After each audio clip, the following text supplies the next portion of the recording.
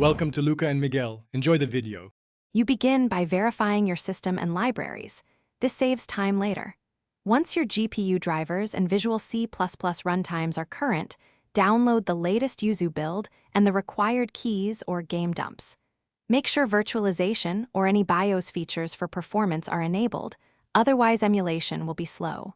Then install Yuzu and launch it once to generate folders. Finally, point Yuzu to your game's folder and confirm the firmware is recognized, so you can run a simple title as a sanity check.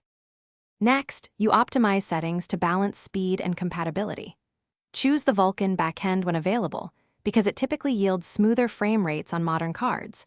Once done, enable shader caches to reduce stutter. Set multi-core CPU if your processor has multiple physical cores, and tweak resolution scaling only after confirming stability. For tricky titles, adjust GPU accuracy or disable features one at a time so you can see the effect. Also, set per-game profiles and load any compatible mods or texture packs carefully. To finish, you validate stability by running several games and noting which settings succeed.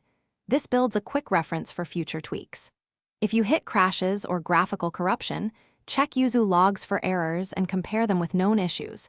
Make sure GPU drivers are current and try clearing the shader cache. If problems persist, reset the Yuzu configuration, test the Canary build for recent fixes, and consult community reports. This targeted approach narrows down causes and gets you back to playing faster. Thanks for watching and please subscribe. It's the best investment you'll ever make.